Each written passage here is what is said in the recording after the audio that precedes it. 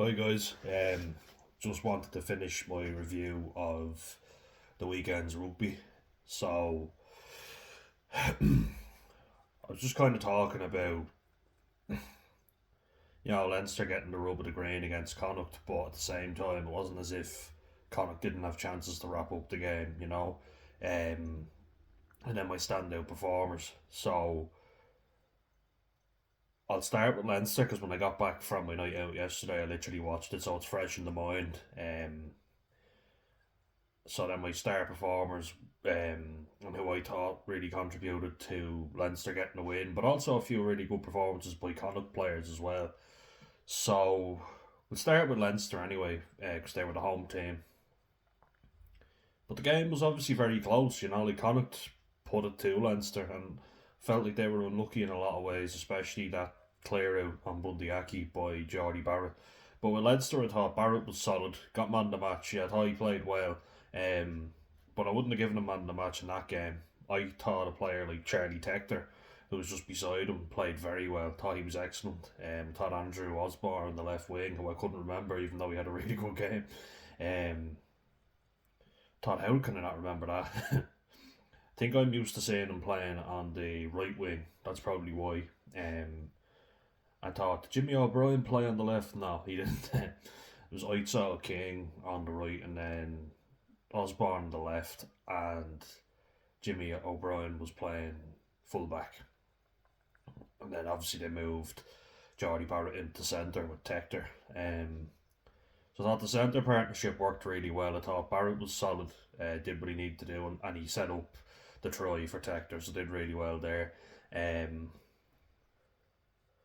I thought Jack Conan had more of a quiet game, to be honest, which I'm not used to saying. I thought Alex Soroka had a decent enough game, especially at the breakdown. He was challenging a lot. Sneyman, pretty solid, He's such an attacking threat because of the hands. Like, he gets those big hits free. Um, I didn't really think there was many that stood out for me, as in like really, really shone through, But I thought that Tector and Osborne definitely stepped up and were very good, very exciting to watch. Um, I thought Dermot Mangan did quite well, considering that I haven't really seen him in a Leinster jersey. He did quite well. I think the front row of Leinster will kind of be a little bit disappointed. Slimani and Jack Boyle, I think, got away with a bit now in that scrum. And I'm a big fan of Jack Boyle. Like, I've been singing him up, um, from what I've seen anyway. But thought Leinster were lucky to get the scrum penalties that they did, because it definitely looked like a few times Jack Boyle lost his bind at loose head, and the left arm goes straight to ground, so you lose your grip and then your arm hits the ground, or your elbow touches off the ground, so you have to keep that left elbow up. That's a really telltale one, in the scrum, if your elbow hits the ground. Um, but I think there were promising signs for Connacht. Shane Jennings on the left wing played very well. Very good performance from him. Um,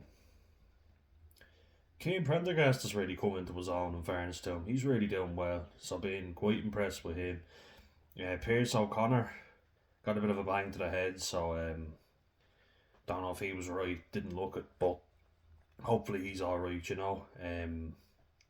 Ben Murphy's been a player I've been impressed with, but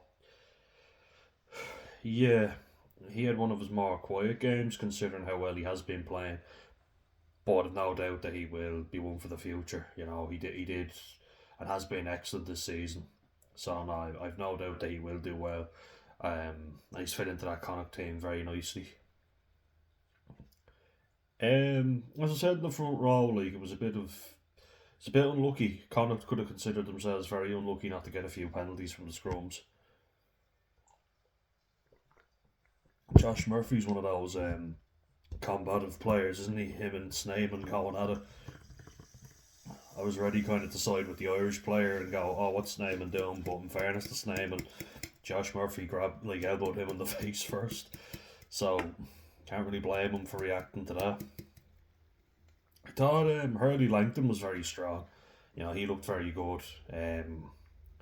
was impressed with him. I remember one carry that he made where like he got through about three lads in one tackle. Poor defence by Leinster, but also good leg drive by him. So it was very impressive. Mac Hansen, solid game.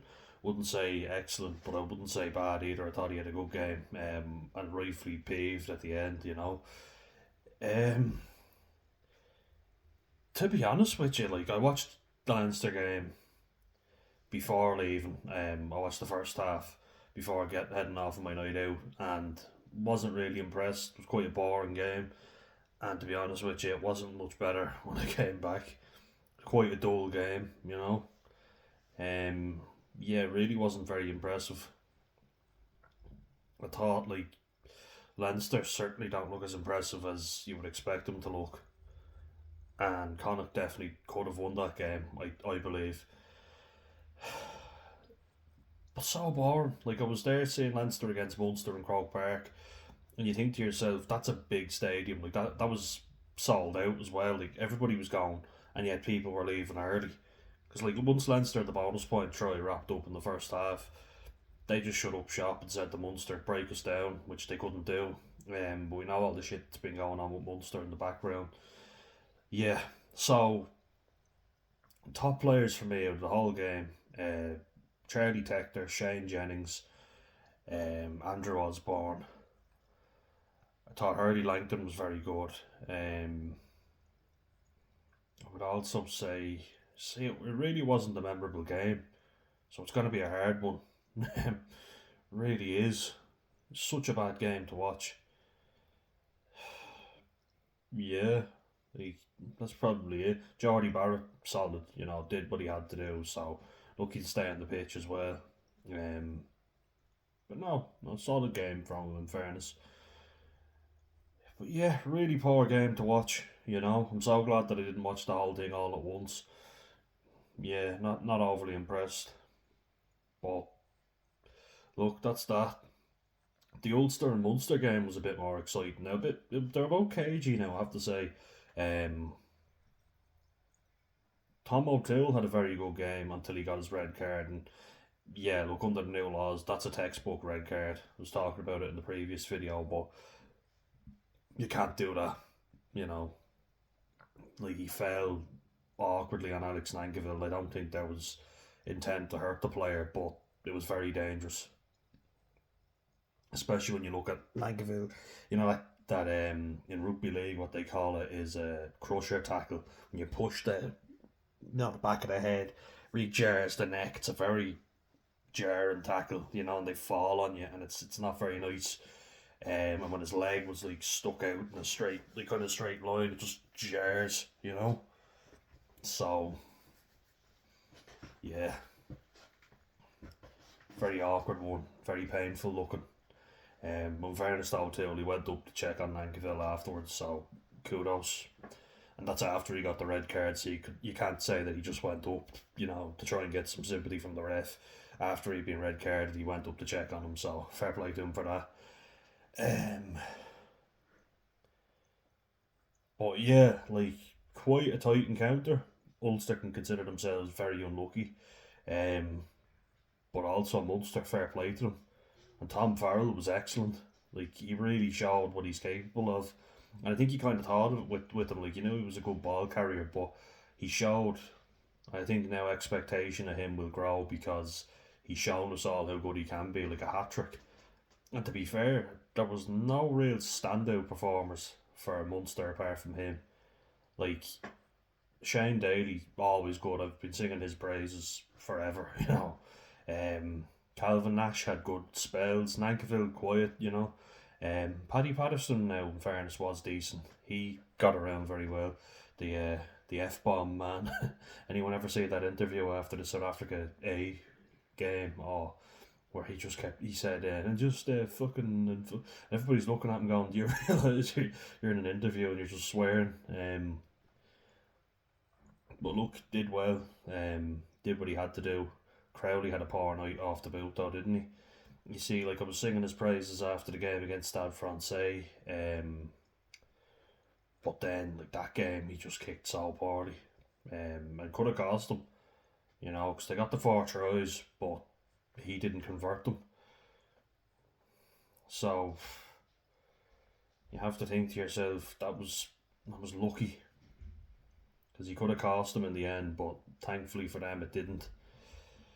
But it's a worrying sign. What was it? I think